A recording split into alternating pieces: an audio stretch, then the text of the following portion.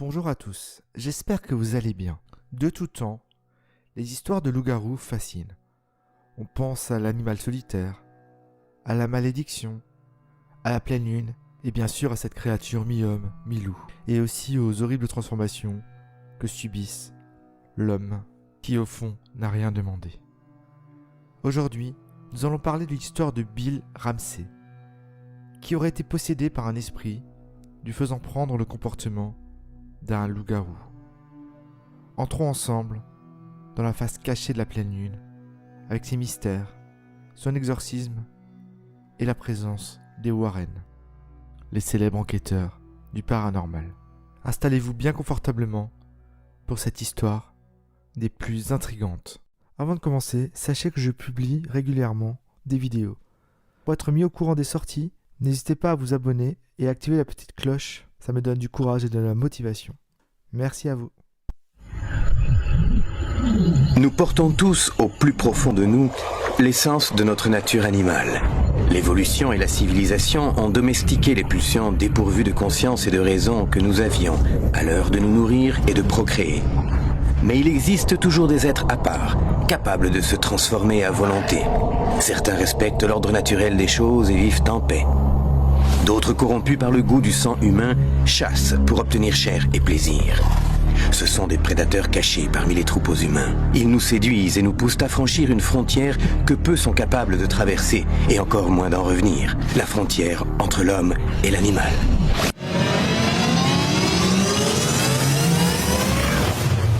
Bill Ramsey est né en 1943. C'est un petit garçon avec plein d'imagination et très solitaire.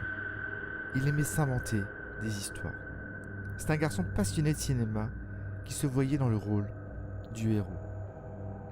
Il a 9 ans et un samedi, tard dans l'après-midi, il regarde des films sur la Seconde Guerre mondiale. Il alla ensuite courir dans son arrière-cour pour jouer avec les petits soldats en essayant de reproduire ce qu'il a vu dans les films. Il commence à jouer et tout d'un coup, il sent une vague de froid le submerger et il se met à trembler. Il sent également une odeur horrible qui lui a donné la nausée, allant presque jusqu'à le faire vomir. L'odeur lui rappelle quand il y a quelques années, un tuyau des égouts avait lâché dans la rue.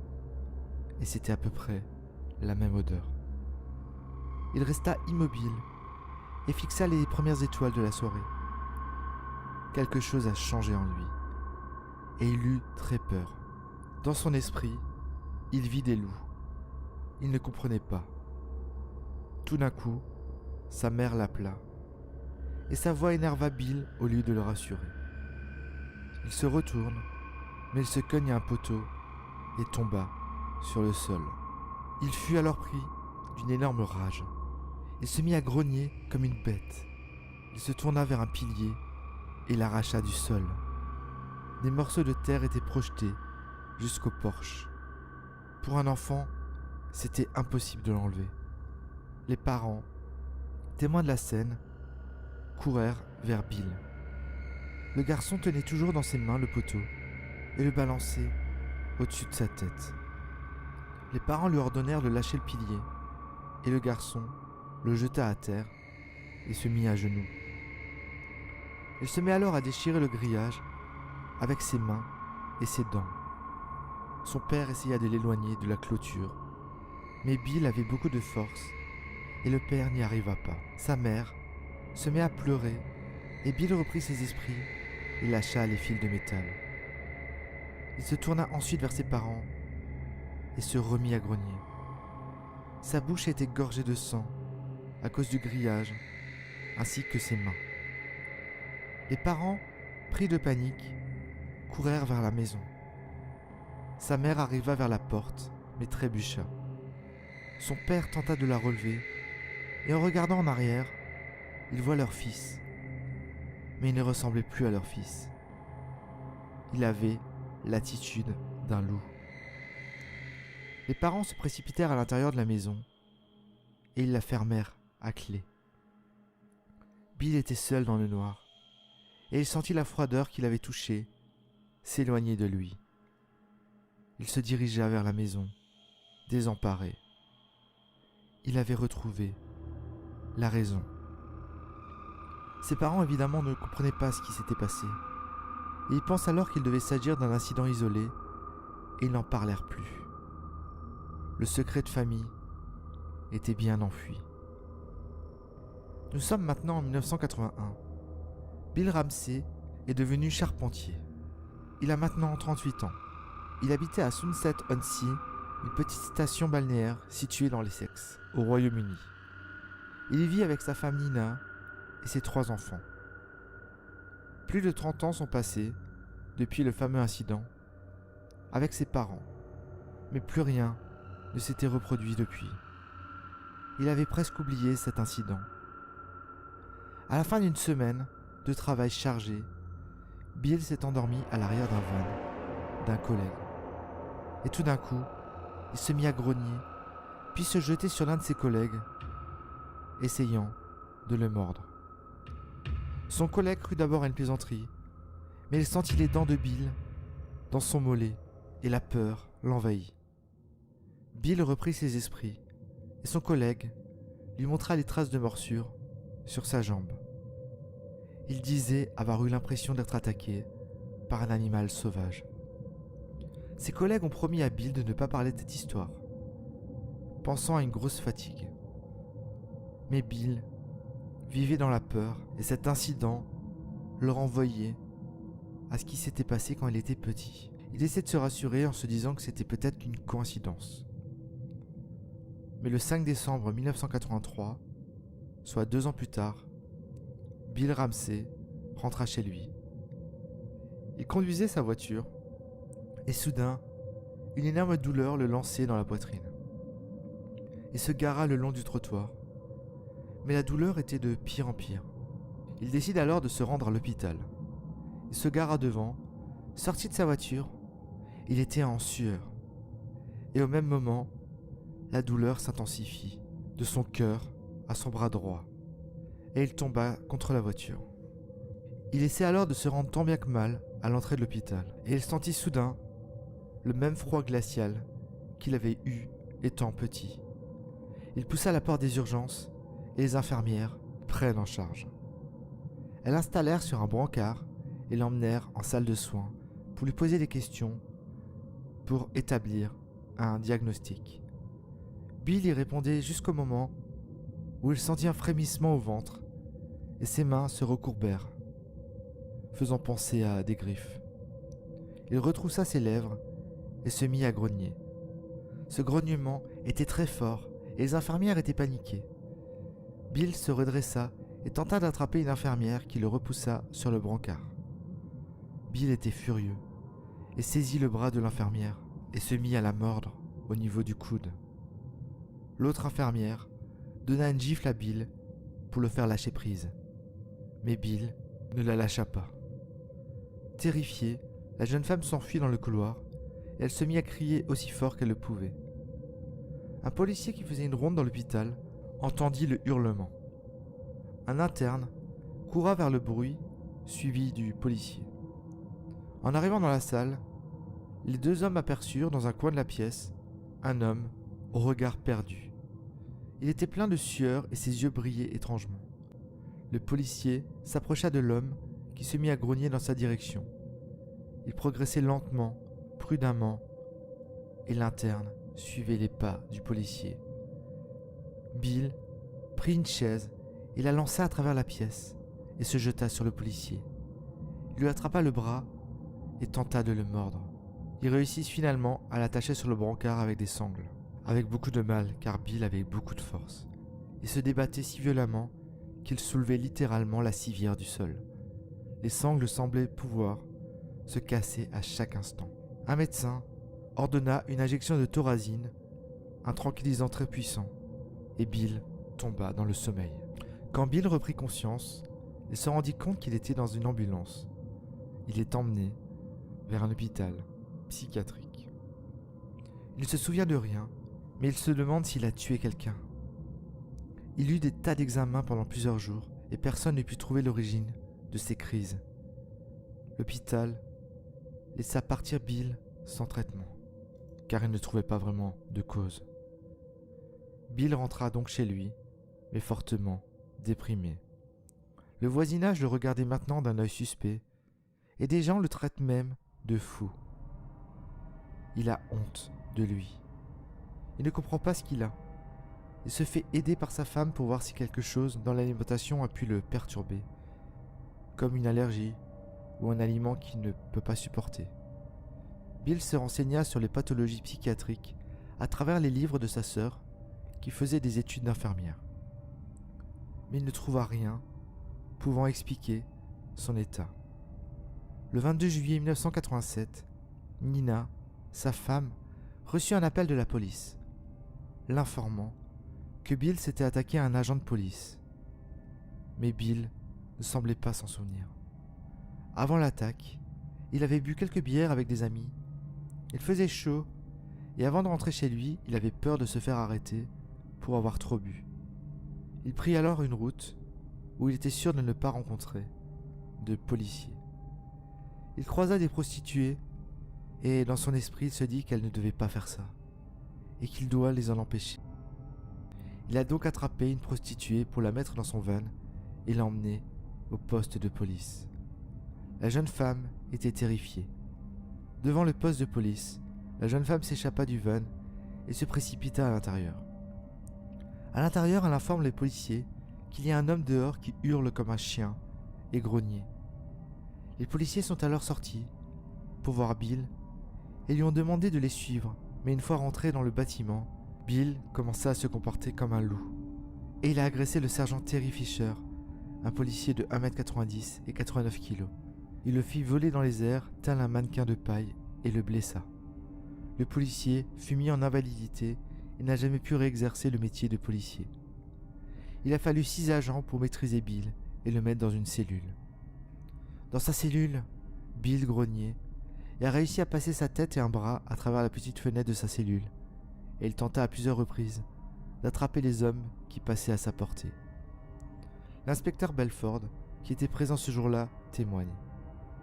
En quelques minutes, Bill Ramsey a réussi à passer, on ne sait comment, sa tête et son bras droit par la lucarne de la porte.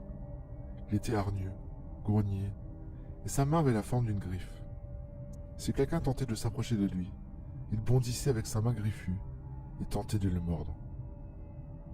Ses lèvres étaient retroussées, il montrait ses dents, et je crois me souvenir avoir dit dans les rapports que j'ai remplis qu'il avait l'apparence d'un chien fou. Il était évident que nous ne pouvions nous approcher de Bill Ramsey ou songer à lui faire sortir sa tête et son bras du trou qu'il avait réussi à coincer. Nous avons alors appelé les pompiers et ils ont décidé que le seul moyen de le faire sortir de là était d'enlever le métal autour de l'ouverture. En effet, Bill avait la tête coincée et on l'endormit pour que les policiers puissent l'approcher. Toujours selon l'inspecteur Belford, après avoir vu la griffe et les morsures et entendu les grognements, nous avons commencé à associer Bill Ramsey à l'idée qu'il était un loup-garou. C'était sans aucun doute une expérience effrayante. J'ai été policier pendant 35 ans. Je n'avais jamais vu quelque chose comme ça et je ne suis pas prêt de le revoir. Nous avons été témoins de quelque chose de surnaturel. Bill fut amené à l'hôpital où il eut d'autres tests. Ils éliminèrent les pathologies de la schizophrénie, la psychose, l'épilepsie et un scanner leur apprit que le cerveau de Bill ne montrait aucune activité anormale. Ils en ont conclu que Bill avait réagi comme ça sous l'effet de l'alcool. Bill, déprimé, il dit « D'après ce qu'ils disent, je découvre mes dons, je grogne et je gémis. Ma vie est un enfer. J'avance à 4 pattes et mes mains se transforment en griffes de bête. On me dit que je fais des choses incroyables, mais je ne semble jamais me blesser. Mon Dieu, les gens ont même dit que je ressemblais et que j'agissais comme le loup-garou de Londres. Pourquoi cette terrible chose m'arrive à moi? Je n'en sais rien. Si je pouvais prendre une pilule pour l'arrêter, je le ferais. Je n'en peux plus de tout ça. » Le journal The Sun se met à parler des attaques de Bill Ramsey.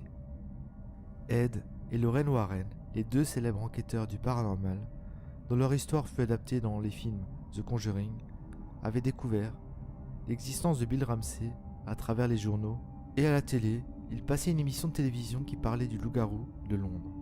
Des témoins racontaient leur rencontre avec la bête, et Bill y apparaissait en personne, répondant aux questions des journalistes. Lorraine, en écoutant cette émission, voulait lui venir en aide, Mais les Warren se sentaient sceptiques, même si Lorraine aurait senti une étrange connexion entre elle et cet homme. Les Warren ne croyaient pas au loup-garou, mais Ed et Lorraine Warren vont mener l'enquête. Ils allèrent en Californie pour rencontrer les producteurs de l'émission où apparaissait Bill pour avoir les versions des témoins. Bill se rend à Londres pour interroger la police et les autres témoins confrontés à Bill. Ils firent ensuite connaissance du sergent Peter Hamilton. L'homme connaissait très bien Bill Ramsey et ses crises.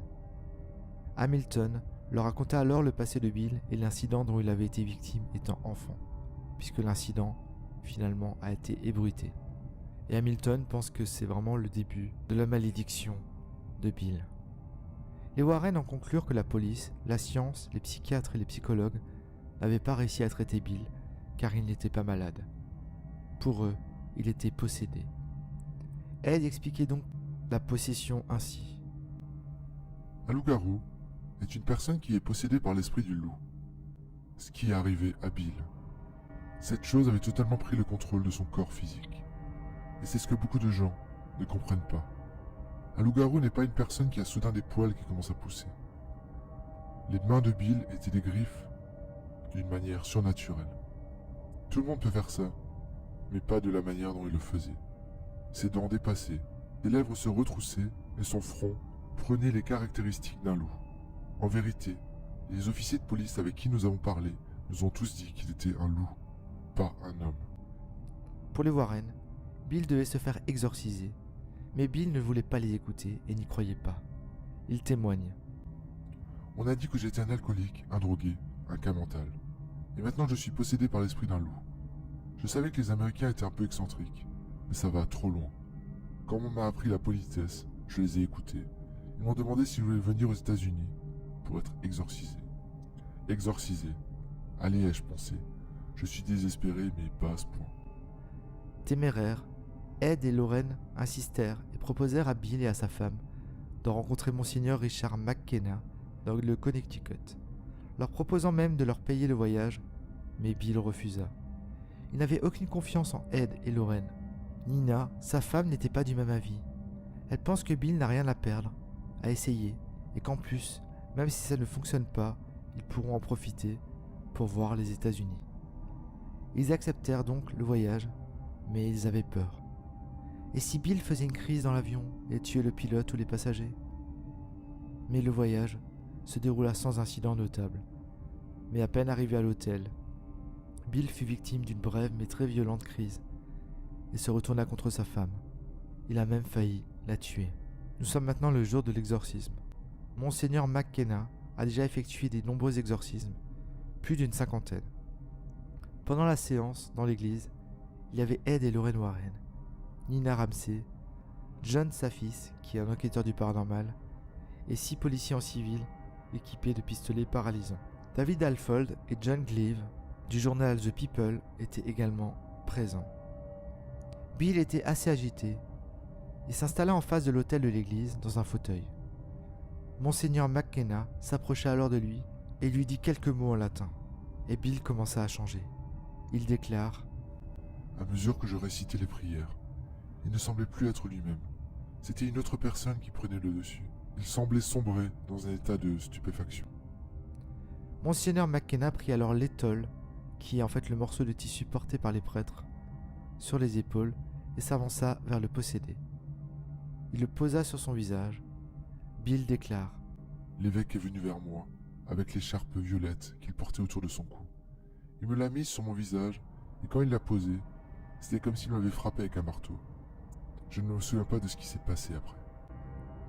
D'après Lorraine Warren, témoin des événements, j'étais juste derrière Bill Ramsey avec Nina. Soudain, les muscles du bas de son cou se sont élargis. Ses oreilles ont commencé à pointer et il s'est mis à hurler. Alors ses mains sont devenues des griffes d'une telle manière qu'aucune main humaine n'aurait pu l'imiter. Le prêtre a pris la tête de Bill entre ses mains et il a ordonné au démon de le laisser tranquille. Il était en train de faire le signe de croix sur son front et sa poitrine quand soudain Bill s'est mis à trembler sur sa chaise. Ses lèvres se sont retroussées, ses dents se sont avancées et il a tenté de le mordre, mais c'était comme s'il y avait une barrière invisible entre lui et l'évêque McKenna. 2 policiers tentèrent de maîtriser Bill, mais Monseigneur McKenna leur demanda de se rasseoir. L'évêque sortit un crucifix et l'applique sur le front de Bill. Bill devient furieux. Il se lève de sa chaise et se mit à grogner contre l'évêque, se préparant à sauter sur lui. L'exorciste se replia rapidement derrière l'autel. Bill s'avança alors vers le prêtre qui se dressait devant lui, immobile, brandissant sa croix et récitant des mots en latin. Monseigneur McKenna s'adressait au démon qui semblait posséder le malheureux. « D'où viens-tu? Qu'est-ce qui te retient ici? Arrière, Satan. Laisse-le tranquille. » Pris par de la fatigue, Bill recula lentement et se laissa retomber sur sa chaise. Son corps, qui était glacé, commençait à se réchauffer, et son désir d'attaquer le prêtre s'estompait peu à peu. Bill sentait le mal sortir de lui. Il entendait un bruit dans sa poitrine, et il perdit connaissance. Quand il revint à lui, il était comme avant. Il déclare: « Quand je suis sorti de l'exorcisme, je me sentais une nouvelle personne. J'imagine que c'est le sentiment que ressentirait une personne aveugle si elle pouvait soudainement voir, ou une personne sourde qui commençait à entendre. J'avais le sentiment d'être guéri. Ce n'est pas quelque chose que vous pouvez dire à n'importe qui. Ce n'était pas physique, mais c'était quelque chose que je savais. » Plus jamais Bill Ramsey ne connut de nouvelles crises. En 1991, un livre racontant son histoire fut édité, Werewolf, A True Story of Demonic Possession, par Ed et Lorraine Warren et Bill Ramsey. Et vous, qu'avez-vous pensé de cette histoire? Vrai loup-garou ou trouble psychiatrique? Pour ma part, je pense qu'il s'agit de lycanthropie. C'est une maladie qui fait croire au malade qu'il est un loup. Mais d'un autre côté, les nombreux témoins me rendent perplexe. Mais quant à la présence des Warren, je la trouve aussi douteuse. Je ne sais pas quoi penser d'eux, sachant qu'il y a pas mal d'articles et de vidéos qui contredisent un petit peu l'honnêteté des Warren. Et nous ne saurons peut-être jamais la vérité.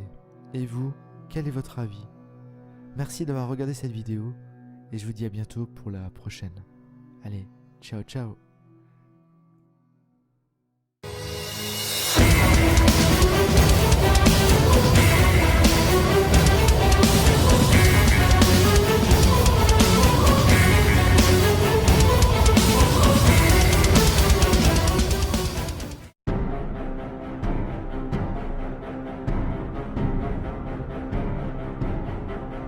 C'est la fin.